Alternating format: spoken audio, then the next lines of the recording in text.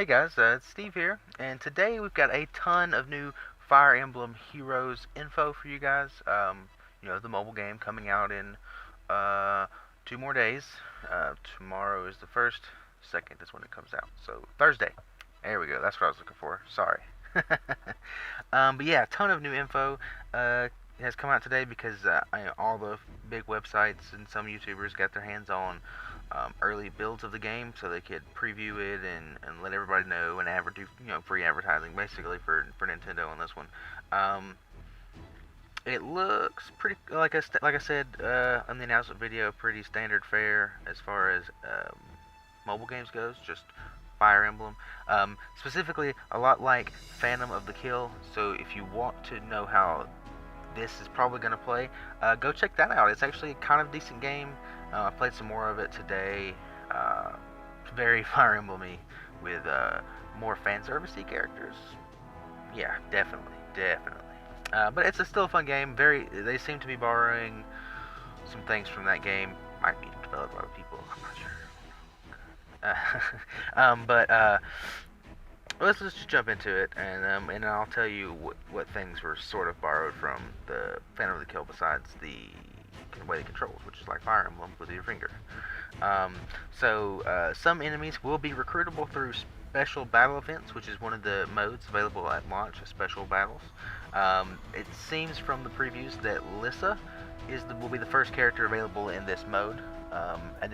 So when you're doing this mode, you can do normal, and you'll probably get 3-star Lissa, and then there'll be a harder difficulty for 4-star and a harder difficulty for 5-star.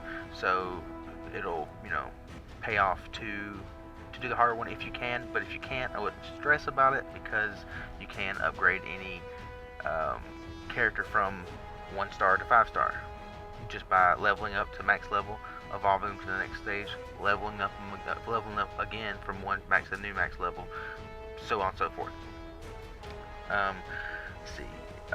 There's no marriage or conversations at launch.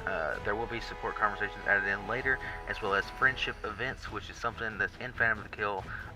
Certain characters you get in the game, you can do friendship quests with, which unlocks a skill for them. It pays to do those, so I'm sure it's going to be similar to the way this one with the Fire Emblem works, especially with the skills being a very big deal. You've got your weapon, your special skill, support skill, and then you get some passive abilities as well.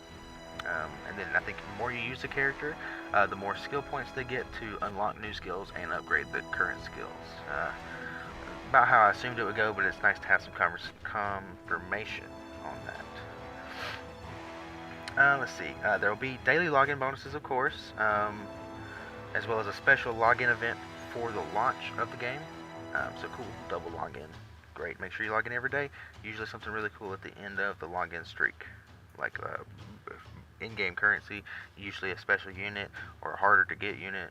Maybe not specifically a unique unit, but you can link your My Nintendo account. It's in the options menu. I don't know what that might get you. It might earn you some platinum. You might be able to spend your platinum on in-game currency for this. That'd be cool. Probably not, actually, but it would be cool. Let's see.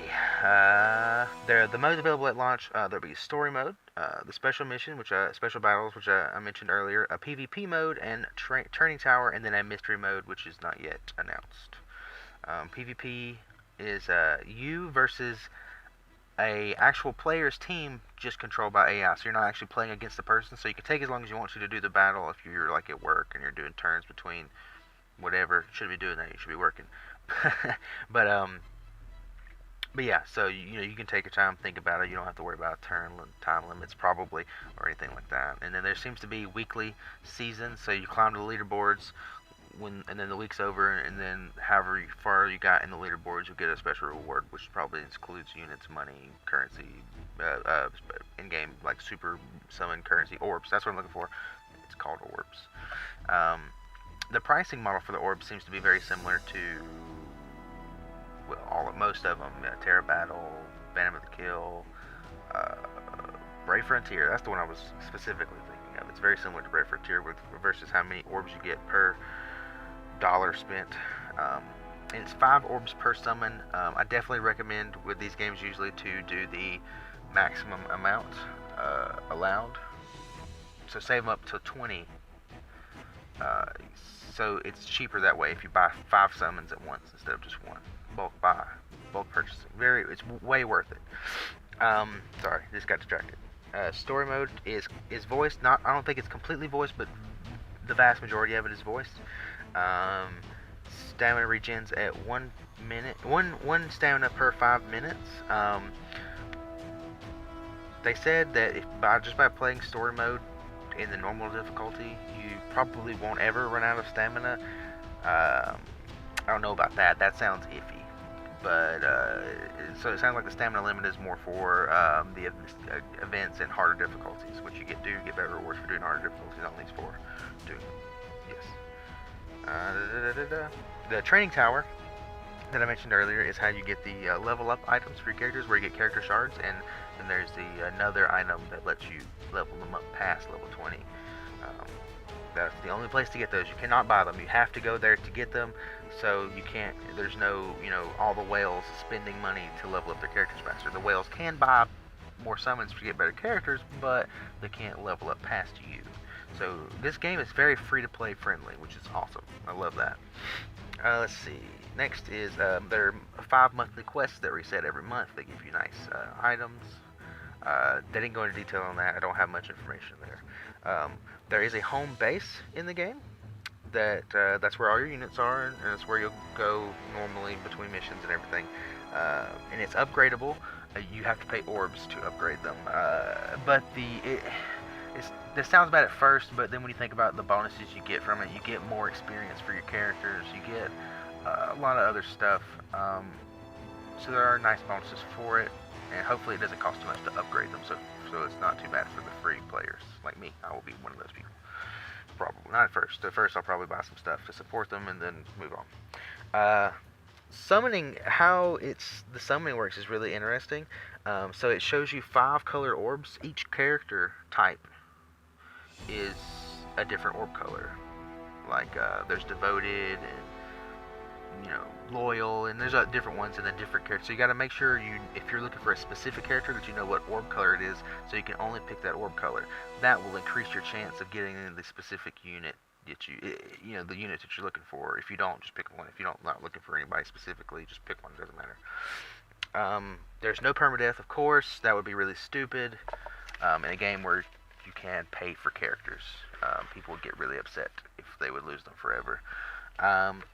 You earn 1 orb per mission completed, and then there'll be other ways to earn them as well. So they're nice. Sounds like there's a good amount of ways to earn them premium money, so you can upgrade your buildings, no problem. Great.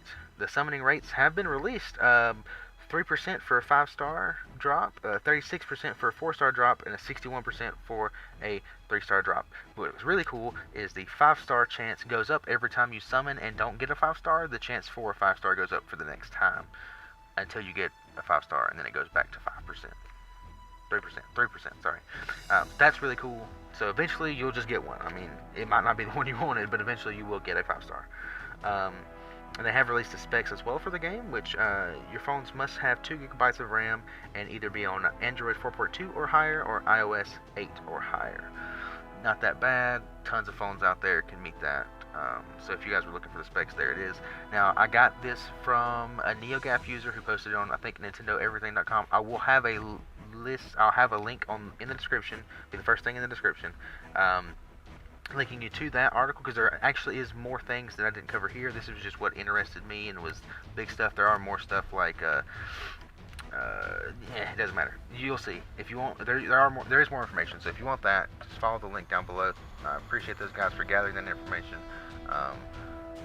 Big shout outs to those guys putting it together. I was at work, so it's cool that they did that. They didn't do it for me, of course.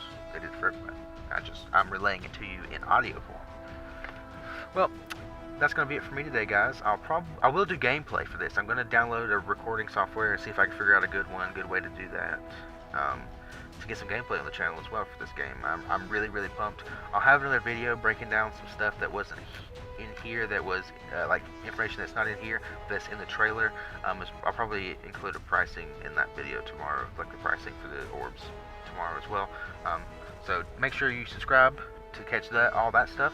If you like the video, hit thumbs up. If you don't like it, go ahead, leave a dislike. That's fine. Tell me why you liked it or disliked it, or what do you think about the game. Talk to me in the comments. I'll talk back. I love getting comments. I love replying. It's great. I get like a pie from it. I don't know. I'm weird. Alright guys, well thanks for that, and I'll see you guys next time. Alright, bye-bye.